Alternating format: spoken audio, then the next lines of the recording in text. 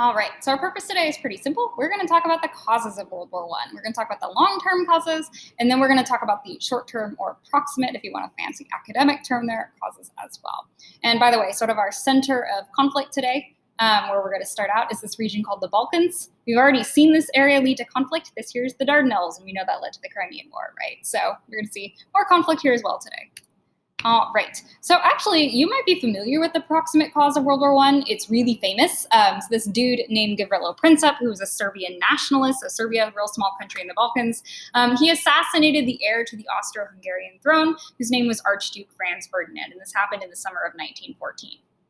But you're like, wait a minute, how does this assassination lead to war? And just to illustrate kind of how weird that is, or not assassination leading to war, but assassination leading to a world war, just to illustrate how weird this was, an earlier Austrian head of state had already been assassinated. So the Franz Josef's wife, the Empress, she had been assassinated by an Italian in 1898.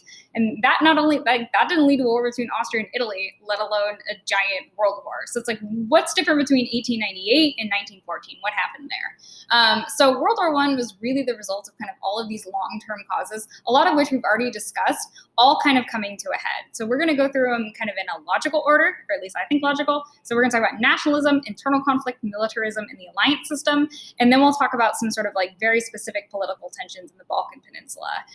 If you like mnemonics, you can rearrange those letters and make them spell main. So militarism, alliance system, internal conflict, and nationalism, which is actually how my teacher taught it to me back in high school, and I still remember that, so it might help you remember as well. All right, so before we get started and get into content, I want to give you our little cast of characters here. This is not a complete list, but here's sort of the main folks. Here is the guy who was assassinated, Franz Ferdinand. Here is the guy who assassinated him, Gavrilo Princip. And then here are some of the folks who are going to make this sort of regional conflict and assassination turn into a big world war. This is Kaiser Wilhelm II of Germany. We already know him because he fired Bismarck, because he was smarter than him. His nickname is Willie. Yes, you can laugh at that. Here is the Tsar of Russia, who we've also already talked about, Tsar Nicholas II, and then King George V of England. If you notice, these guys all look a little bit similar, but especially these two guys, it's because they're all cousins. So World War I is also kind of famous as a family conflict in addition to a world war. All right, so let's talk about those long-term causes. So the first one is nationalism. We've already talked a lot about this, right? We've talked pretty extensively how nationalism is on the rise in Europe, has been on the rise for a pretty long time, and how it's changed character a little bit. So at the beginning of the 19th century, it was kind of like romantic. It was all about your shared culture and language and history. But by the end of the 19th century, it's all about how good is your country at war, right? So we know that all of our great powers, so Britain, France, Austria-Hungary, Russia, Italy's kind of a great power, not really. All of these folks are motivated by this nationalistic desire to preserve their country's honor and expand their power. We've already talked about how nationalism led to clashes over colonies in Africa and Asia. We talked about how Bismarck kind of mitigated that. It's also leading to some conflict over tension in European territory as well. So nationalism is going to be a really big issue in the Balkans. We'll talk a little bit about that later on, kind of specifically what that looked like. It's also actually interesting. It's an issue between France and Germany. So France lost some territory in the Franco-Prussian War, and they are, so in the 1870s, and they are still salty about that in 1914. So they really want the Alsace-Lorraine back. So all those, all that tension over territory, colonies, or within Europe, that's going to lead to tension between the great powers. And then, of course, as we know, right, nationalism has taken on this really warlike character. So all the great powers saw war as an acceptable means of enhancing your country's power and prestige. So they want to go to war. All right, second cause is internal conflict, and this is also going to motivate some countries to actually want to go to war. So what are the sources of those conflicts? Well, for some countries, it's nationality. So we have two really big kind of struggling multi-ethnic empires. We've got Russia and Austria-Hungary on the continent. And we've talked about this before. Again, Austria-Hungary, remember, that's been an issue for them for a really long time. That's why they created the dual monarchy. But as we remember, right, the dual monarchy, it was good for Hungary, but it wasn't really good for any of the other minority nationalities. So those folks are having some problems. They want greater autonomy. They want greater freedom. And Austria-Hungary is not really sure how to deal with that. Russia's also got some issues with that. So like we know that they conquered Poland, for example. The Poles want greater freedom. They have issues in Central Asia. There are some minority nationalities there who want greater autonomy. So Russia's got an issue with that as well. In Britain, we've also got a national conflict, right? Britain is also a multinational empire. So the big conflict for Britain is the Irish want greater autonomy and independence. In other great powers, the issue isn't really so much nationality as it is class. So for Germany example, we see a lot of class conflict. We see the socialists trying to gain power, the trade unions going on strike. This is actually also an issue for Russia as well.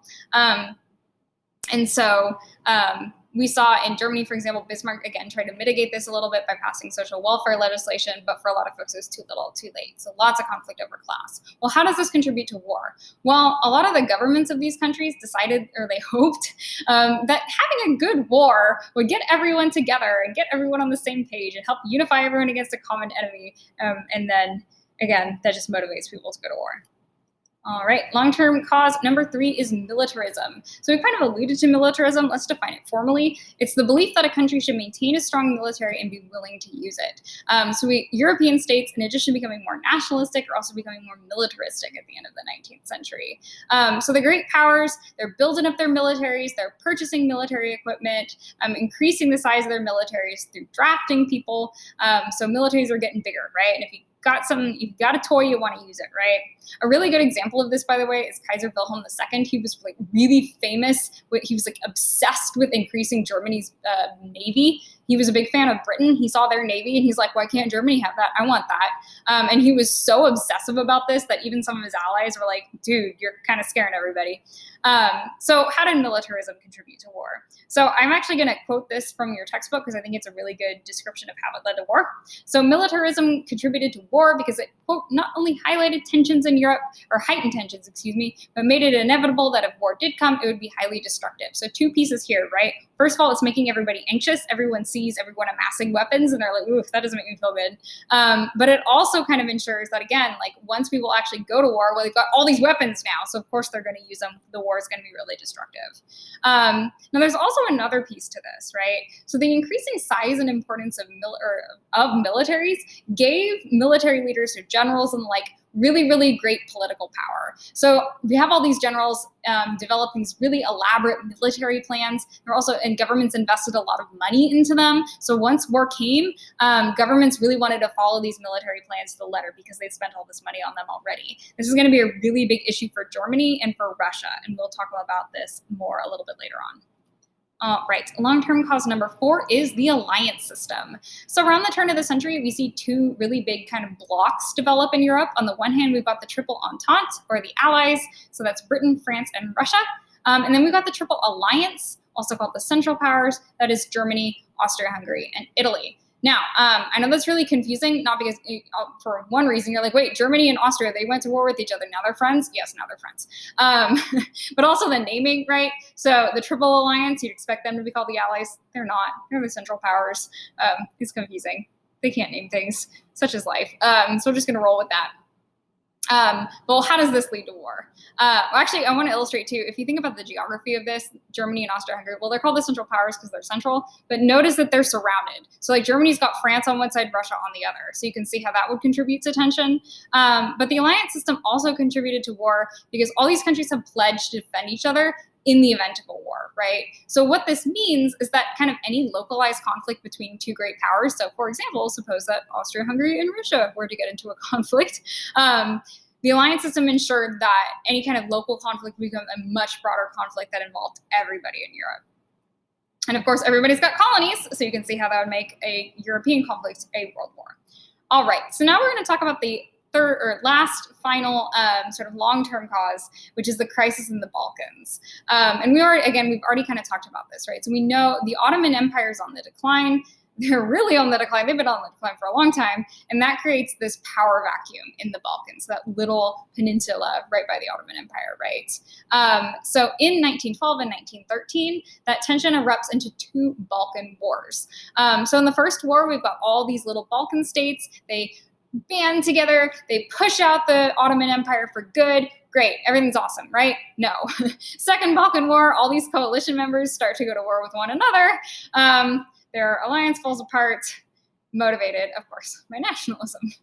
Now, picking back up in 1914, one of these little small countries in the Balkans, which is called Serbia, decides that they are going to band together with all the other Slavic states in the Balkans. Now, Serbia, or what are the Slavs? Again, they're kind of like this ethno-linguistic group within Europe. Serbia is Slavic, but so are the Czechs, so are the Russians, or the Ukrainians, lots of different Slavic groups within Europe. So, okay, well, what does this have to do with anything? So Russia looks at Serbia's efforts to unite all the Slavs, and they're like, hey, I like that. That's pretty cool. So Russia backs Serbia. So again, ethnic Russians, Russia's majority Russia, let me put it this way. So Russia, we mentioned they're a multi-ethnic empire, but the majority of people within that empire, ethnic Russians who are Slavs. And so Russia kind of positions itself as like the defender of all the Slavs.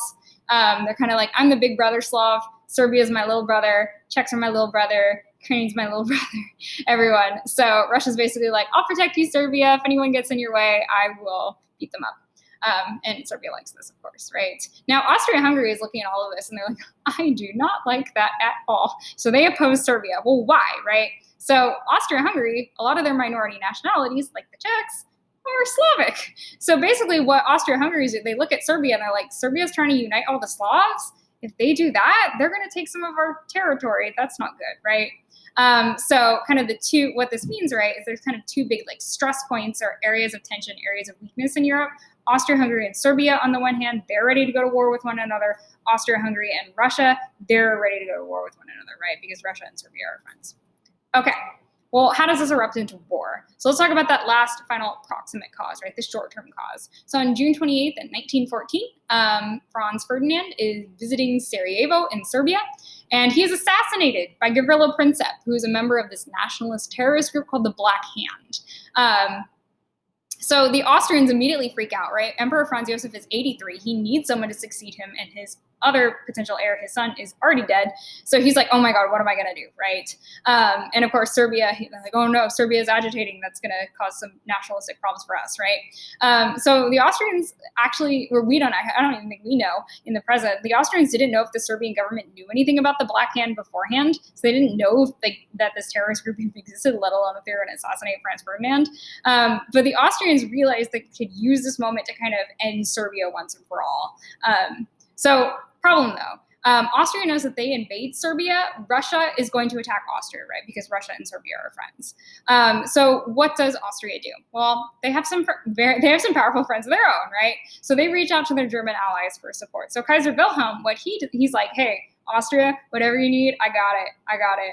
I will help you out. So he basically agrees to lend whatever military or financial support he can to Austria. And this action is often called like the blank check. So keep that in mind. So Austria-Hungary, they're like, heck yeah, Germany's going to back me up no matter what I do. They'll give me anything I need. This is great. They decide to issue an ultimatum to Serbia. An ultimatum is like a demand. So what do they demand that Serbia do? Well, they tell Serbia to root out all anti-Austrian feeling in Serbia. So get rid of any person in Serbia who does not like Austria. Is that an easy to fulfill demand? No, not at all, right? So this was an impossible demand by design. So the Austrians knew the Serbians would reject it. And what that did, right, is it kind of gave Austria an excuse to invade Serbia, right? It made this attempt look more legitimate. So Austria-Hungary declares war on Serbia on July 28th, so about exactly a month after Franz Ferdinand is assassinated. All right, well, what happens next? The alliance system immediately kicks into play. So Russia starts to mobilize against Austria-Hungary. Like, you can't beat up Serbia, that's my little brother, right? But here's the issue. Russia doesn't just mobilize against Austria, they mobilize against Germany too. Well, why is that? So Russian generals had this plan that if they were going to mobilize against Austria, they were also going to mobilize against Germany at the same time. So Russian generals go to Tsar Nicholas II and they're like, dude, you've already invested money in this, right? We can't, it's too difficult, it is too expensive, we can't change this plan now. So Tsar Nicholas is like, go for it, dudes. He was not a great czar. Germany, right? They look at what Russia's doing, like, oh shoot, now Russia's mobilizing against us. Ooh, that's not good. So what they decide to do is mobilize against Russia. Now, problem is, Germany also has a double mobilization plan. Their plan is called the Schlieffen Plan, after the general who came up with it. So their thing is, if they mobilize against Russia, they also got to mobilize against France. And the generals go to Kaiser Wilhelm, same thing, and they're like, we got to do the same thing. We got to mobilize against both countries at once. And Kaiser Wilhelm was like, go for it. So the whole Schlieffen Plan thing, the reason why they had a double mobilization actually makes more sense than Russia's. The German generals had this, but they're like, we beat France in the Franco-Prussian War so easily, we're going to do that again, so we will kick their butts first, and then we will turn around and we will devote our attention to Russia, because they're going to be harder. So the Russians declare war on Austria, or excuse me, Germans declare war on Russia, that's a big mistake, on August 1st, and then on France 2 days later. Right. Well, how does Britain get involved in the war? So this actually has to do with the Schlieffen Plan, so that German military plan. So the Germans decided that they were going to invade France, not directly, but through a back door. They were going to invade through Belgium, which is neutral. So Germany does that, and Britain is like, you can't invade through a neutral country. How rude. So they declared war on Germany. Although there is kind of a secondary reason here. Remember that they're allied with France and Russia, so they also want to protect their allies. And just to end, this is not even a primary source. It is a fun satirical newspaper from the present day, from The Onion, fun. And they just say, war declared by all. Austria declares war on Serbia, declares war on Germany, declares war on France, declares war on Turkey, declares war on Russia, declares war on Bulgaria, declares war on Britain. Ottoman Empire almost declares war on itself. Nations struggle to remember allies. So if you're having trouble remembering, it's a little bit tricky.